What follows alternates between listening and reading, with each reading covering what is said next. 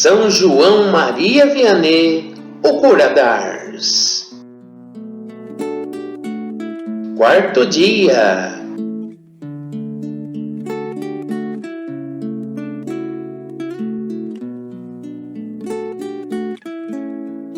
Ars não passava de uma pequena aldeia a 35 quilômetros de Lyon. Poucas casas espalhadas pelo vale, a igreja e o cemitério nas proximidades.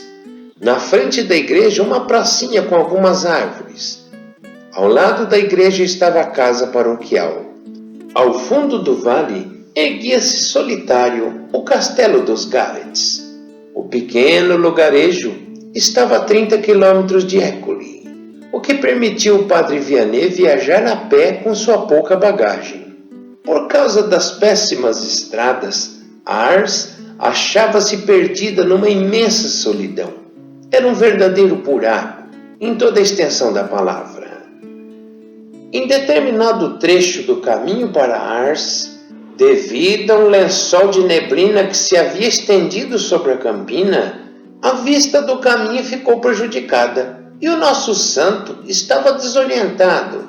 Como não tinha quem o guiasse, estava vagando sem rumo certo. Vendo uns pequenos pastores no campo, pediu-lhes informações. O mais esperto deles, chamado Givray, indicou o caminho certo. Agradecendo, o padre Vianney lhe disse: "Meu caro pequeno, tu me mostraste o caminho de Ars e eu te mostrarei o caminho do céu." Quando avistou o lugarejo, se ajoelhou no chão e respeitosamente invocou o anjo daquela paróquia. Chegando, visitou a igreja em primeiro lugar, antes de qualquer outra providência. No dia seguinte, 10 de fevereiro, os sinos da capela tocaram freneticamente, convidando o povo a participar da Santa Missa. Só então, os habitantes locais ficaram sabendo que possuíam um pároco. Ars agora tinha um cura, que é um padre designado para cuidar de um lugar. A palavra cura vem do latim e quer dizer cuidar. Por isso, João Maria Vianney ficou conhecido como cura da Ars. Ouvindo o tocar dos sinos, algumas almas piedosas se alegraram e prazerosamente foram à igreja. Na verdade, havia na paróquia uma grande decadência, manifestada por uma negligência e indiferentismo por parte do povo. O que a paróquia apresentava de mais deplorável era o esquecimento das práticas religiosas.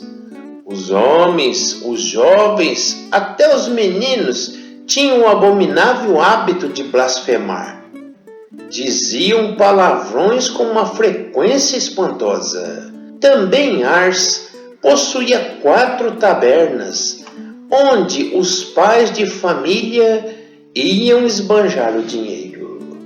Principalmente nas noites de sábado, os beberrões perturbavam a paz do povoado. As moças eram apaixonadas pelos bailes, que se prolongavam até a alta noite. A tudo isso, juntava uma impressionante falta de instrução e ignorância das coisas.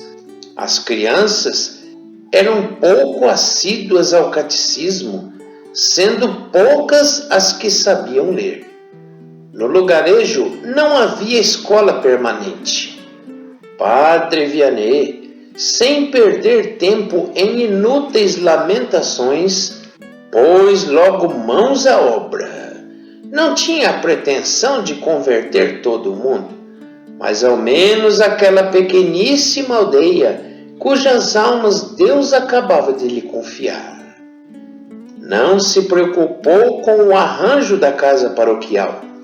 Confiou todo o cuidado a uma senhora viúva que lhe acompanhara até lá.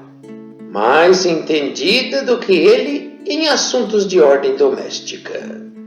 Terminada aquela fase inicial, ela voltou para sua casa e sua família em École. Uma vez instalado, empreendeu logo a campanha para a conquista das almas. Era necessário conseguir estabelecer alguma ascendência sobre o povo a fim de poder realizar a sua obra de conversão. Visitar umas 60 casas não era difícil fazê-lo, mas o que preocupava era o modo de realizá-lo. Ou seja, fazer uma visita amigável, mas também começar deixando uma mensagem edificadora em cada coração. Procurava saber das famílias o número de filhos, a idade, seus parentes, as amizades, o trabalho que realizavam, etc. No final, uma palavra sobre religião lhe permitia conhecer o maior ou menor grau de fé que existia em cada casa. Neste ponto, quanta miséria! O padre Vianney constatou com grande pesar que a maioria dos habitantes ignorava as noções fundamentais do catecismo, principalmente aquelas pessoas que tinham nascido durante a Revolução Francesa, ou seja, os rapazes e moças de 25 a 30 anos de idade. Deles, primordialmente, é que provinham os vícios e a corrupção.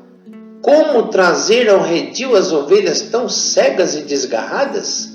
Bem cedo, com uma lanterna na mão, o bom soldado de Cristo ia para a igreja e se punha de joelhos diante do Senhor, suplicando a Deus que tivesse misericórdia do rebanho e do pastor. E na igreja, ele permanecia à disposição dos fiéis. Alguém que o procurasse para assistência a algum enfermo, ou uma confissão, ou aconselhamento, sabiam onde sempre poderiam encontrá-lo, na igreja. E também, à tarde, quando não saía para visitar as famílias, caminhava pelo campo e por entre os arvoredos, rezando o terço. Sacerdote piedoso, tinha a predileção de caminhar pelos bosques e alamedas do castelo. Julgando que ninguém o via, ajoelhava-se repetidas vezes e em muitas oportunidades, chorando e derramando lágrimas, implorava a Deus: Senhor, convertei a minha paróquia. Somando a oração perseverante, o Curadars acrescentou a penitência, e não resta dúvida, foi para praticá-la sem ser visto que quis viver sozinho na velha casa paroquial. A santidade do padre Vianney lhe dava a convicção: se houvesse quem espiasse pelos pobres pecadores, seria mais fácil Deus perdoá-los. Era, pois, necessário a todo custo salvar as almas. Já no dia da sua chegada, deu o colchão de presente para um pobre. Ele mesmo não precisava de cama. Por muitas semanas, deitou-se sobre ramos e galhos de árvore colocado num canto da casa.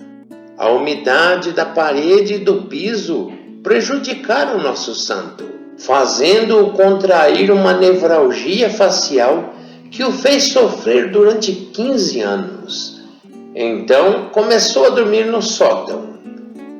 Um morador de Ars, que à meia-noite foi buscá-lo para assistir um moribundo, viu-o baixar do incômodo puleiro. Lá em cima, estendia-se sobre o assoalho, com a cabeça apoiada num pedaço de madeira. Muitas vezes, antes de dormir, ele praticava uma penitência, flagelando o próprio corpo. A senhora viúva que o acompanhava até Ars, antes de regressar a École, quis deixar uma substituta na pessoa da viúva Renard. Ela assumiu a missão de modo muito sério.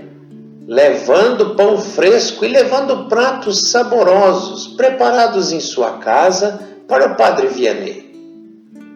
Ele não comia nada daquilo, distribuía tudo aos pobres, mas ela não desanimava por semanas seguidas, até que por fim ele acabava comendo alguma coisa e ela suspirava: como é difícil servir a um santo. Este duro regime do Padre Vianney durou até 1827, até que foi organizada a Casa da Providência, onde começou a fazer as suas refeições. No dia 14 de outubro de 1839, numa conversa com o Padre Talliardes, um jovem sacerdote que viera a Ars aprender e se inspirar no apostolado do Padre Vianney, disse-lhe o segredo das suas primeiras conquistas. Meu amigo, o demônio não faz muito caso da disciplina e de outros instrumentos de penitência. O que o põe em debandada são as privações no comer, no beber, no dormir, etc. Nenhuma coisa o faz temer tanto quanto isso. Por outro lado, nada é tão agradável a Deus como estas penitências. Padre Vianney, sentindo-se responsável por todas as almas de Ars, resolveu não as deixar em paz enquanto não tivessem desaparecido os abusos na paróquia. A santificação do domingo, sem a qual não há vida cristã, foi o primeiro objetivo que se impôs. A casa do Senhor estava deserta, poucas pessoas compareciam à igreja. E o templo em si era, em 1818, pobre tanto por dentro como por fora. Padre Vianney decidiu embelezá-la. Começou pelo principal, o altar. Pagou tudo com seu próprio dinheiro. Foi uma grande alegria que envolveu os trabalhadores a reconstruir o altar-mor, dando-lhe beleza e segurança. De cada lado do sacrário, colocou 2 pequenas imagens, cabeças de anjo, que ele foi comprar em Lyon, e completou a ornamentação, retocando as molduras e os arabescos. Depois, num dia em 1825, voltou a Lyon em companhia da Castelã de Ars para comprar paramentos, toalhas e objetos para a igreja. Estas transformações materiais não foram inúteis, porque comprovaram o zelo do pastor, assim como alegrou as almas fervorosas. O jovem sacerdote quis preparar as crianças e jovens para a primeira comunhão, que andava esquecida naquela época. Para isso, propôs reuni-los todos os dias às 6 horas da manhã, antes do trabalho. Terminado o catecismo de 1 hora, voltavam para suas casas e para o trabalho. Padre Vianney servia-se de piedosas estratégias para atrair a criançada à igreja. Ele dizia: darei um santinho ao que chegar primeiro à igreja. Para ganhá-lo, havia quem chegasse antes das 4 horas da madrugada. Padre Vianney deu catecismo até o dia em que recebeu um auxiliar, e isso só aconteceu em 1845. Graças aos infatigáveis cuidados do homem de Deus, os meninos de Ars chegaram a ser os mais bem instruídos da comarca. Mais ardente ainda foi o zelo que ele empregou para instruir os fiéis paroquianos por meio da pregação. Na sacristia instalou-se convenientemente e ali manuseou e leu exaustivamente a vida dos santos, o catecismo do Concílio de Trento, o dicionário teológico, os trabalhos espirituais de Rodrigues, os sermoniários de Lejeune e outros tantos, preparando o assunto de suas homilias. pedia ao Senhor com lágrimas que lhe inspirasse os pensamentos e as palavras que haveriam de comover e converter o seu povo. Chegava a escrever 8 a 10 páginas numa noite. Em certas ocasiões, chegava a trabalhar 7 horas consecutivas, até pela madrugada. Em seguida, era chegado o momento de confiar à memória o que tinha escrito. Esta era a parte mais difícil da tarefa. Durante a noite de sábado para domingo, ensaiava em voz alta dedicadamente, objetivando apresentar a melhor mensagem. E enfim, no dia seguinte, o sacerdote, subindo ao púlpito, cumpria uma obrigação necessária de seu sagrado ministério. Ele pregava vigorosamente num tom de voz mais elevado. A castelã de Arns certa vez lhe disse: "Por que vossa reverendíssima se esforça tanto quando prega? Tenha mais pena de si, senhor cura." E outra pessoa lhe perguntou: "Por que o senhor, quando prega, fala tão alto e quando reza, fala tão baixo?" Respondeu o padre: "Quando prego, eu falo aos surdos, e quando rezo, falo com Deus." Se esforçava para obter dos fiéis uma devida e respeitosa compostura na igreja. Havia muita displicência daquele povo que bem demonstrava o enfado que sentiam dentro do templo. Ouviam-se ruidosos bocejos e às vezes até alguém roncando ali dentro. Alguns ficavam olhando o vestido ou a roupa dos outros, enquanto as crianças ficavam rindo e fazendo sinais uns para os outros. Ele, apesar de tudo isso, não desanimava. Ensinava e catequizava o povo, estimulando-lhes a fé adormecida. Combatia a falta de instrução, oferecendo meios e condições para as pessoas poderem estudar, conhecer bem a religião, despertar a verdadeira confiança em Deus e saber amá-lo, e assim como saber também respeitá-lo. Novena a São João Maria Vianney, o cura d'Ars. 4º dia. Em nome do Pai, e do Filho, e do Espírito Santo. Amém.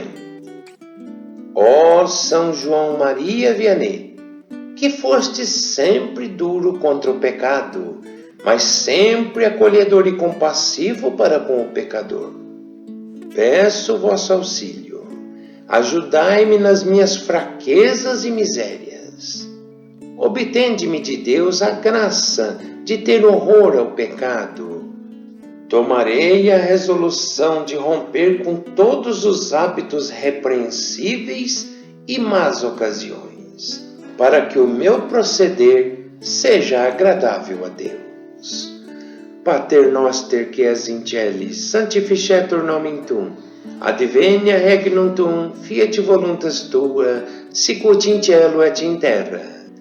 Panem nostrum quotidiano da nobis hodie, et dimitis nobis debita nostra, sicut nos dimittimus debitoribus nostris, et ne nos inducas in tentatione, sed libera-nos a malo. Amém.